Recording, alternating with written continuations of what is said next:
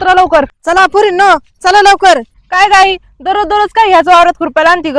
आता 5-6 दिवस झाले खुरपल्याला. अगं बाई लवळ्याचं गवत आहे सारखं सारखं वाढत आहे. आई वैशू बरोबर बोलते. आम्हाला अभ्यास बिभ्यास असतो का नाही? तू रोज आणते आम्हाला इथं खुरपायला. अगं बाई आजच्याच दिवस खुरपू लागा मग माझं मी खुरपीन. आई अगं बाई तू रोजचं वाक्य आहे. अगं बाई वैशू तुम्ही आजचे दिवस खुरपू लागा मग उद्यापासून पप्पा आम्ही खुरपू. बरं चल आजचा दिवस उद्यापासून आम्ही येणार नाही. चल अगं तेवढा पेरूतला लवळ आहे ना तेवढा खुरपा. बरं बरं. अयो आता 5 दिवस झाले नाही खुरपलेलं तर एवढं गवत आलं. वैशू आता काय करायचं ग? अगं दीदी तू काय टेन्शन घेते? मी आहे ना. काय करायचं पण? आता अशी आयडिया करू ना रे का बास ना बजेगी बासुरी. चल रुपाली काय हो?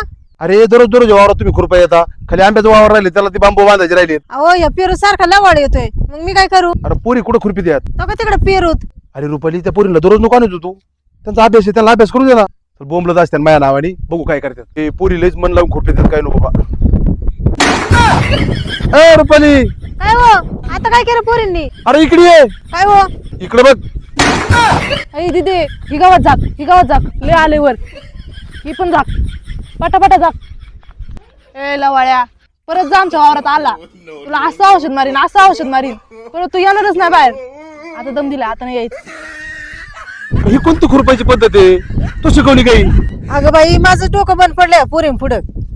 हो बाप्पा काय चुकलं काय? पोरी नो एक काम करा त्या माळाची बी दगड आणा त्या डोंगराची बी दगड आणा. सगळ्या वावरात पांगून द्या. म्हणजे गवत येणार नाही पिकं येणार नाही तुम्हाला कामं राहणार नाही. काय रे धन्य तुमच्या पुढं.